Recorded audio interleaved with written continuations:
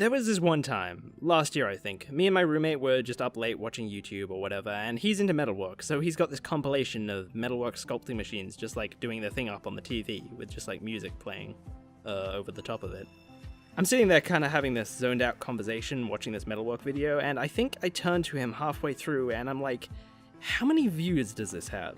And he says something ridiculous, like 200,000 or whatever, and I turn back and it's like my mind is being blown in slow motion. Like, you realize what you're looking at, right? This is a machine that was made with and for the express purpose of carving a chunk of metal into a more functional chunk of metal. And here it is, a video of that machine on this little place on the internet called YouTube, with an audience of over 200,000. And that's just... it's just... Sorry. I was gonna make this whole video ASMR themed, but I got a little too excited about all this.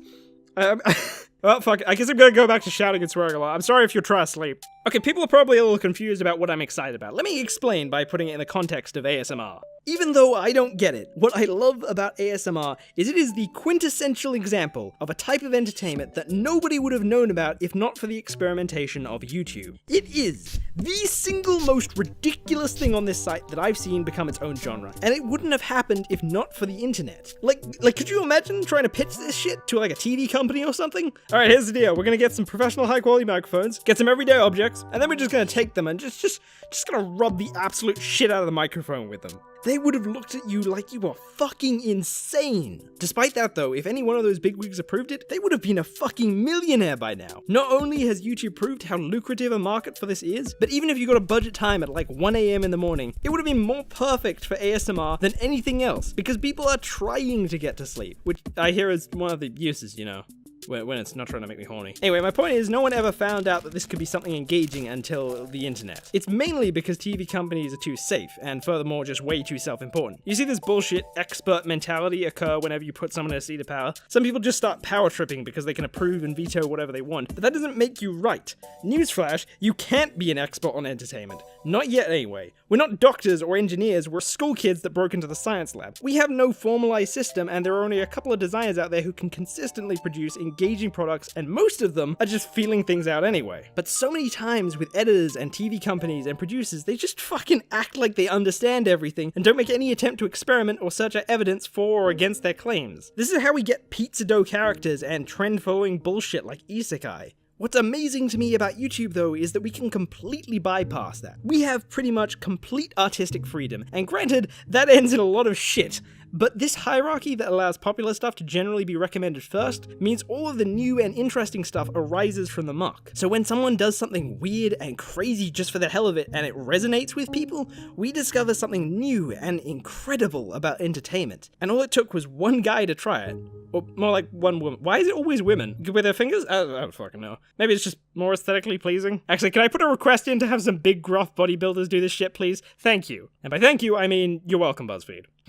Anyway, this to me as a whole is the beauty of YouTube. Whoever thought that recording yourself and playing a game would become $1 million industry? What about song parodies or this? What is this? I don't even fucking know, but it's apparently engaging. People are making whole channels in celebration of big IPs, creating theories and analysis. You'd never be able to get that from old media. Even getting into things like professionalism, YouTube is starting to break apart that concept and prove just how much of a hindrance it is on entertainment. As a joke, Sean Head has used her shitty webcam to record her videos all the way up until her now 900,000 subscribers. I remember in my advertising course, I was taught this rule that you should never change your brand's logo, not the icon itself, not even the colors. Well, here's the most subscribed channel on YouTube, constantly changing his avatar and banner to the weirdest shit. In fact, so many channels have become popular despite a total lack of professionalism. Game Grumps is constantly doing stupid shit halfway through videos, bucking all the rules purely because they, as comedians, thought it would be funny, and most of the time that pays off. There's one time where someone just logs them off their PlayStation account halfway through an episode, and instead of cutting away or saying sorry, they make a thing out of it and leave the room hot mic style to shout at him. Oh? What? No, I'm not gonna fight. We're doing an episode. Okay. I'm not gonna chastise Brent out of the fucking... You kidding? I think that's exactly what Game Grumps is all about. Alright, fine. Yeah, let's do it. I'll fucking... Okay, hold on. You can't bring a microphone out there. Hold on, let's just bring it as far as we can. Hang on there, everybody. I'm just getting the mic out. Oh, wait. Hold on. We did it again! Did he fuck? He did it again! Hold on, these mics actually have some good length. Fucking did it again! Brent! Brent! What the fuck? Piss off our fucking Bloodborne playthrough right now. Unfucking believable, Brent.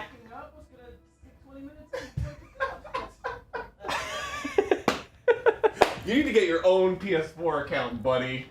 Isn't that fantastic? Isn't this fantastic? I never thought I'd say this, but there's a beauty to having zero quality assurance. This produces so many amazing and fascinating things for me as a designer to research. Nobody knows what other engagements are out there, but no matter what, if I think of something that I think will work, I can just try it, and no one will stop me. Isn't that just, it's so... Am I a bit too excited about this? Maybe a little. Man, I don't know. It's probably not a big deal to most people, but I'm way too invested in this medium to not be amazed by the weirdness and randomness of this all. If you haven't guessed by now, I have the biggest hard-on for design. Entertainment fascinates me. I'm so invested in this medium that it dominates my life. Like, I constantly zone out in the middle of conversations because I start thinking about design. I do it so much that I've subconsciously developed a bunch of strategies to respond to people without knowing what they've just said. I can't watch porn with stories because I just start analyzing it and then I forget what I was doing. When I see things like ASMR for the first time, it's like a fucking trip. To people who don't understand it, it's this weird, abstract, almost alien thing. It makes no sense. As a designer, when I see stuff like this for the first time, it just gets me so fucking horny. This engages people, and I have no clue as to why. But that's the beauty of YouTube. There are no higher-ups to judge you, but you can access an audience of millions. The creative freedom is so expansive, it's terrifying. I'd actually describe the feeling of writing a YouTube video to agoraphobia. You can make pretty much anything. The direction and distance you go with your creativity is infinite, and while you might feel freedom with that, no one's going to stop you if you start in the wrong direction. There's just no way to tell for sure if anything is going to resonate with your audience, and that's scary because you are 100% responsible. At the same time though, I wouldn't have it any other way, because I can do whatever I want, and I don't even have to have a reason. What's the matter? You look frustrated.